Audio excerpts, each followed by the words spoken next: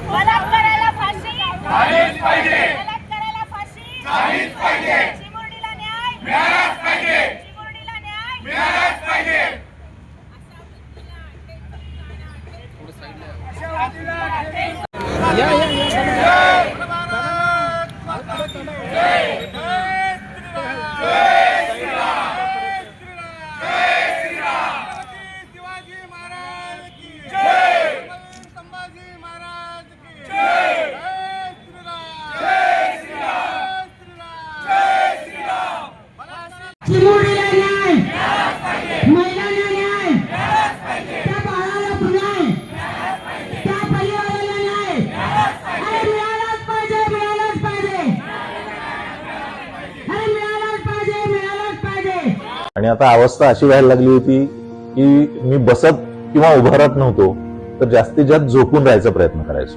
सलगपणे आपण एखादं काम करायला लागलो की बॅकमध्ये पेन येतोय.